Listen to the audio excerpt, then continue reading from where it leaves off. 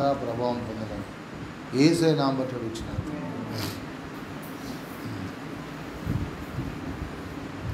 ప్రభు యొక్క గొప్ప ఉద్దేశాల్ని మనం ఎరిగిన వారంగా ప్రభు సన్నిధిలో కనబడుతున్నాం. స్తుతి గురించి ఉదయకాలంలో మధ్యాహ్న కాల సమయంలో దేవుడు మనతో మాట్లాడిన మాట కదా, స్తుతి వస్త్రాన్ని ధరించుకొని ప్రభు సన్నిధికి రావాలి.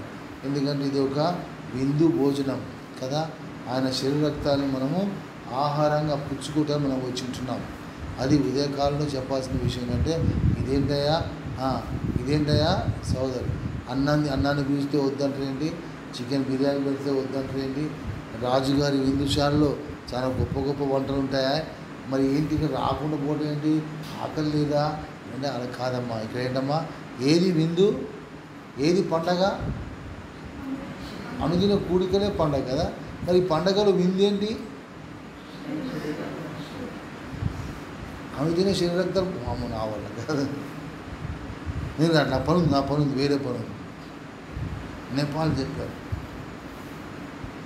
అది ఉదయకాలంలో మీద చెప్పాల్సిన మాట ఏంటి, ఆలోచించాను ఏంటి సంగతి, ఎందుకు రాలేకపోతున్నాం, అమ్మో ఇది ఆయన శరీరం రక్తము, ఇది విందంట. సరే వచ్చాము, ఏదో విధంగా వచ్చాము. ఎట్లా వచ్చాము, ఎందుకు వచ్చి ఎట్లా వచ్చాము, చింపిరి బట్టలతో మురికి బట్టలతో వచ్చాము, అంతే కదమ్మా. నేను ఎక్కడో చదువుతున్నాను, ఒక్కసారి బట్టలు మురికైతే ఎక్కడెక్కడ కూర్చుంటున్నాను, అంతే కదా. బట్టలు మంచిగా శుభ్రం ఉంటే కూర్చున్న ప్లేస్ చాలా జాగ్రత్తగా చూస్తుంది. అదే మురికైన ప్లేస్ ఏముంటుంది, మురికైన బట్టలు ఉంటే అది ఆడవాడి అర్థం ఛార్జీలో పడతారు. అవునా కదా. మన జీవితంలో చాలా జాగ్రత్త, మన క్యారెక్టర్, మన యొక్క మాటలు, మన తలంపులు ఇవన్నీ కూడా తేడా వస్తే సహోదరుడా, ప్రభు సన్నిధిలో ఆయన శరీరక్తాలు మనం పూచుకున్నప్పుడు ఒకటే ప్రభు అంటున్నాడు, వాయిదిక ఏది స్తుతి వ్రస్తం, చింపుకున్న బట్టలతో వచ్చావేంటి, మురికి బట్టలతో వచ్చావేంటి, ఇష్టం వచ్చినట్లుగా నువ్వు జీవించి వచ్చావేంటి అంటే ఎక్కడ పడితే అక్కడ జీవించడం కాదా మనం వచ్చింది. మన జీవితాన్ని మనం ప్రత్యేకించుకోవాలని దేవుడి చిత్తం అంటున్నాం. అందుకే స్తుతి వస్త్రాన్ని ధరించుకోవాలి, స్తుతించేటట్లు చేయాలి. తర్వాత స్తుతిలో మనం పాల్గొనాలి, స్తుతిగా ఉండాలి. ఇంత గొప్ప జీవితాన్ని దేవుడు మనకు అనుగ్రహిస్తుంటే ఇంకా మన జీవితాన్ని మనం పోగొట్టుకుంటున్నాం సహోదరుడా. చుట్టూ వ్యాధులు, చుట్టూ భయాందోళనలు సహోదరుడా, ఎంతో క్లిష్టమైన పరిస్థితులు మన ముందున్నాయి, రాబోతున్నాయి, తప్పకుండా వస్తాయి. రాకుండా మానవమ్మ దేవుని నామాన్ని జ్ఞాపకం చేస్తాం. కానీ ప్రభు మనల్ని తప్పించాలని దేవుని చిత్తమవుతున్నాడు. దీని నుంచి కాదు, అసలు వైరస్ ఒకటి ఉన్నదని మొట్టమొదటిగా మనం జ్ఞాపకం చేసుకున్నాం కదా. మనకు ఎంతో గొప్ప భయంకరమైన వైరస్ ఆవరించి ఉన్నది. నేను స్వార్థము, చింత ఇవన్నీ కూడా మనల్ని పట్టి పీడిస్తున్న వైరస్లమ్మ. ప్రార్థనలో శక్తి లేదు, ధ్యానంలో కమిట్మెంట్ లేదు సహోదరుడా, దాని ద్వారా జీవించాలని లేదు, స్తుతిలో ఆ స్తుతి వస్త్రం లేదు, యథార్థత లేదు, ఆరాధన చేస్తున్నాం ఆత్మతో చేయట్లేదు. ఇవన్నీ కూడా ఎన్నో విషయాలు మనం వింటున్నాం. ఎట్లా వింటున్నాం, ఒక చెవితో పోగొట్టుకున్నట్లు వింటున్నాం. That is not the way. ఆ విధంగా ఉంటూ ఆ వైరస్ని మనము తొలగించుకోకపోతే సహోదరుడా, దేవుడు మనల్ని కూడా ఆయన స్పేర్ చేయడు. ఇంత గొప్ప వైరస్ అందరికీ వచ్చిందంటే మీరు ఆలోచించండి. ఒక్క వైరస్ ఏంటమ్మా అందరికీ వస్తే ఒకరి పాపము అందరికీ వచ్చిందనే మాట ఎక్కడ రాయబడింది, ఒక బైబిల్ గ్రంథంలో రాయబడింది, అంతే కదా.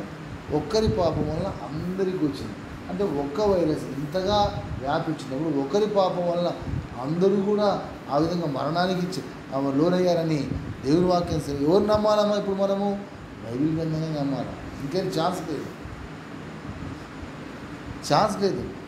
అందరికీ ఒకటే వచ్చిందంటే ఏంటి, దేవుడు ఒక్కడే అంతే అమ్మా. అంటే ఒకటే అనే మాట జ్ఞాపకం చేస్తున్నాం. ఈరోజు మన జీవితంలో సహోదరం మనం ప్రశ్నించుకోవాల్సిన వాళ్ళు వింటున్నాం. ఇంకా మన జీవితాలు అభ్యంతరకరంగా, ఆయాసకరంగా ఉంటే సరి చేసుకోకపోతే సహోదరుడా మనం మంచి దినాల్లో ఉంటున్నాం. దేవుడు కూడా ఆయన పక్షపాతం చూపించే దేవుడు కాదు. అందుకే జ్ఞాపకం చేస్తున్నాం, జాగ్రత్త. మన జీవితాలు ఎలా ఉంటున్నాయి మనం ప్రశ్నించుకోవాల్సిన వాళ్ళం వింటున్నాం. దేవుడు మనకి ఇచ్చిన గొప్ప జీవితం ఏంటంటే దేవుడు మనల్ని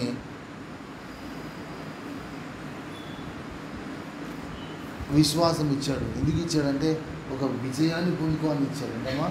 ఫర్ విక్టరీ, విజయాన్ని పొందుకోవాలి. We have to victory. ఈరోజు సహోదరుడా, మన జీవితంలో విశ్వాసం ఉన్నది కానీ విజయం లేదేమో. విజయం అనేది ఒక్కరోజు వచ్చింది కాదు. ఏంటమ్మా? ఒక్కరోజు పొంది ఇది ఎవరు ఒక మాట, విజయ పరంపర అంటే ఎప్పుడు వచ్చేది సహోదరుడా. అదే మాట జ్ఞాపకం చేస్తున్నాను. ఎవరైనా ఒక రాజు శత్రువు మీద దాడి చేస్తుంటే మీరే ఆలోచించండి. 5 ఆయన ఏంటమ్మా, ఆయన వెళ్ళిన చోట్లలో విజయాలు పొందితే విజయ పరంపర అన్నారు. అవునా కదా? 5 చోట్ల విజయం పొందుకొని 6వ చోట ఓడిపోతే ఓడిపోయినట్టే. అవునా కదా? ఆ విక్టరీ అనేది నీ లోపల నిన్ను కాల్చివేస్తున్నట్లుగా ఉండాలి. ఆ విక్టరీ, నాకు విజయం అనేది కావాలి అని ఒక తపన అనేది నీ లోపల దహిస్తూ ఉండాలి. డోంట్ బి జస్ట్ ఒక మామూలుగా ఉండొద్దమ్మా.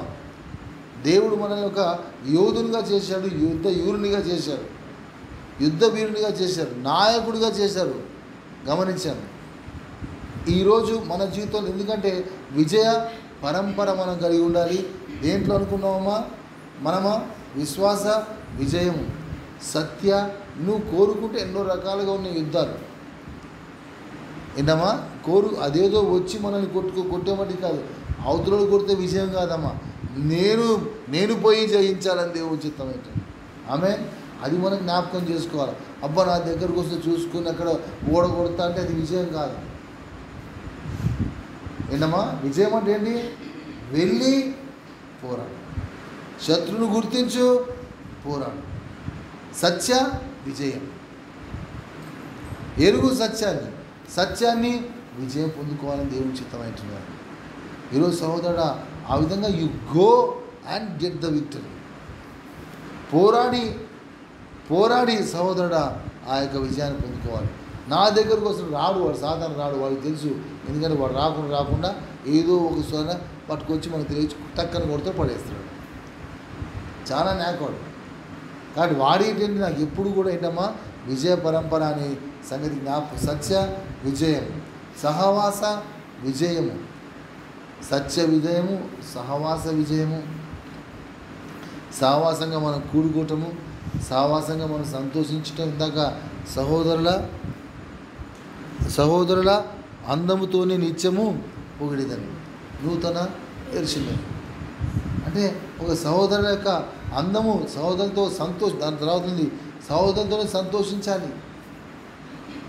ఆ విధంగా సంతోషాన్ని మనం కలిగి ఉంటున్నామా? ఈ సంతోషాన్ని మనము సంతోషం చెప్తున్నా. డో నాట్ దాన్ని ఒక వ్యభిచారంగా చేయొద్దు, దాన్ని ఇంకో దాంతో కలపొద్దు. సంతోషం అంటే ఉంటే సహోదరుతోనే సంతోషం అమ్మా. ఎందుకంటే సహోదరుడా, దీని తర్వాత ఉన్నది నిత్య జీవమే.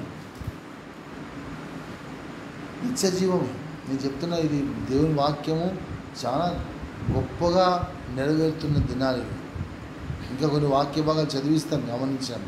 ఎందుకంటే ఇది ఆల్రెడీ ఒక దేవుని యొక్క ఉగ్రత ఎలా ఉంది కూడా మనం చూసుకోవాలని దేవుడి చిత్తమవుతున్నది. ఆ విధంగా ప్రార్థన విజయము, కన్నీటి విజయము, ఇవన్నీ కూడా మనం కావాలి. కన్నీటి విజయం కావాలి, ప్రార్థన విజయం కావాలి, విశ్వాస విజయం కావాలి, సత్య విజయం కావాలి, సహోదర విజయం కావాలి, సహవాస విజయం కావాలి. ఇటువంటి ఎన్నో రకాల విజయాలు. ఎన్నుకో, వేరుకో, పోయి విజయాన్ని సంపాదించు. ఆ విజయం ద్వారా వచ్చే గానం ఏంటమ్మా? అది కావాలి. ఏంటమ్మా? దాన్నే జయగానం అంటుంది. ఏంటమ్మా? అదే జయగానం, అదే స్తుతి, అది స్తుతి. దాని ద్వారా వచ్చే స్తుతి, విజయం ద్వారా వచ్చేది. ఆ విజయమే గానంగా మారాలని దేవుని చిత్తమైంది. విజయమే గానం. And that is life. ఏంటమ్మా? అది ఒక జీవం. విజయము జీవము. విజయం లేకపోతే ఓడిపోయినట్టు. తర్వాత రెండోది విజయం అనేది ఏంటమ్మా? గానానికి సంబంధించి. సో జయగానము, జీవగానం. జయగానము, జీవగానం అనేది స్తుతి ఆరాధనలో దేవుని మన స్తుతులకు దేవునికి మనం ఆరాధించగలుగుతాం. ఇక్కడ వచ్చి మామూలు ఏమి చేయకుండా వచ్చి దేవా స్తోత్రం స్తోత్రం స్తోత్రం అని నువ్వు ఎంత మొత్తుకున్నా అది స్తోత్రం కాదన్న, అది స్తోత్రం కాదు. థింగ్ ఏంటమ్మా, నువ్వు చేసి వచ్చిన దాన్ని బట్టి, అది సబ్జెక్ట్ కూడా అదే ఏంటమ్మా, నువ్వు చేసి వచ్చిన దాన్ని బట్టి ఇక్కడ జరిగించేదే కౌంట్లోకి వస్తుంది. ఏమీ చేయకుండా ప్రభు సన్నిధిలో కనబడడానికి వస్తే సహోదరుడా అది ఎటువంటి కౌంట్లోకి రాదు.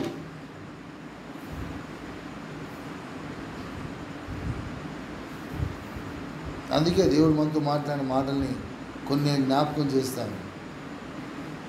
ఉదయకాలంలో 3వ అధ్యాయం 10వ వచనంలో ఏముందమ్మా, మన భూనివాసుని మీదకి అమ్మా నా ఓర్పు విషయమై వాక్యమును అంగీకరించితివి గనక, అంటే ఓర్పు విషయమైన వాక్యాన్ని ఆల్రెడీ అంగీకరించావు కనుక ఏమండి అక్కడమ్మా, భూనివాసులు అంతటి మీదికి లోకం అంతటి మీదికి వచ్చు రాబో శోధన కాలంలో కూడా నేను మిమ్మల్ని తప్పించదమ్మా. ఇది జరుగుతుంది ఇదే కదమ్మా, లోకం అంతటి మీదికి వచ్చిన శోధన, భూలోకం అంతటి మీదికి వచ్చిన శోధన. ఎట్లా తప్పిస్తాడు? తన్నని ఇప్పుడు వచ్చి కూర్చుందామా తప్పించాడు. ఆ శోధన కాలంలో తప్పించాడు, గమనించాడు. అందుకే అంటున్నాను, ఆ ఓర్పు విషయమైన జీవితాన్ని నువ్వు జీవించావు, విజయాన్ని గురించిన జీవితాన్ని జీవించావు, స్తుతి వస్త్రాన్ని ధరించుకొని వచ్చావు కనుక ఇక్కడ ఏమవుతుంది, నీ స్తుతి అంగీకరించబడుతుంది, నువ్వు అంగీకరించబడతావు.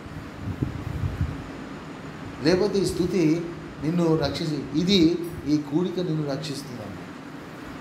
నా మటు నేను ధైర్యంగా చెప్పగలను. ఏంటమ్మా, ఏదంటూ నన్ను రక్షించాలన్నా, ఏంటమ్మా ఏ కాలం నుంచి మనం తప్పించుకోవాలన్నా ఒక్క ఈ కూడి ఈ కూడిక కాదన్నమ్మా. గమనించాను, ఎలా కూడుకుంటున్నావు అనేది ఇంపార్టెంట్.